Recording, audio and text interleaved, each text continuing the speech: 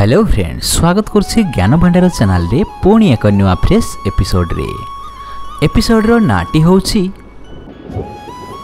महाशिवरात्रि पूर्वर घर को आणंतु एही जिनिस आसीबो अनेक महादेवंक विशेष कृपा। फाल्गुन मासर कृष्ण पक्षर चतुर्दशी तिथि रे महाशिवरात्रि पालित हुए। हिंदू कैलेंडर अनुसार एही वर्ष फाल्गुन मास कृष्ण पक्षर चतुर्दशी तिथि फेब्रुआरी 26:11:08 रे आरंभ हेबा सहित फेब्रुआरी 27 तारिख 8:54 रे शेष हेबो। एही परिस्थिति रे महाशिवरात्रि 26 फेब्रुआरी रे पालन करा जिवो। फेब्रुआरी 26 तारिख सकाळ 11:08 रु आरंभ होई फेब्रुआरी 27 तारिख 8:54 रे शेष हेबो।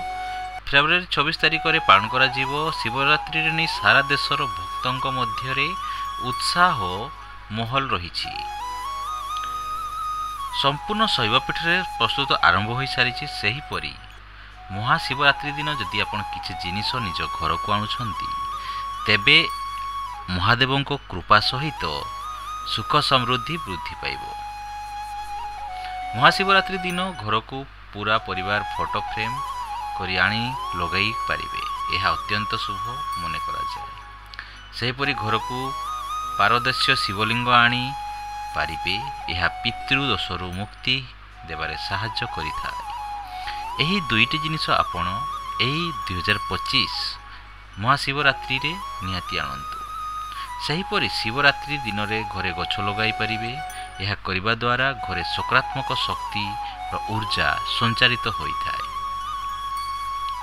महादेवंक प्रिय होउछि रुद्राक्ष। शिवरात्रि दिन घर को रुद्राक्ष आनिबा द्वारा घर दुख दूर हेबा सह अनेक रोगरु मुक्ति मिलिथाय। आशा करछि आपनको एई वीडियो निश्चय भलो लागिथिबो।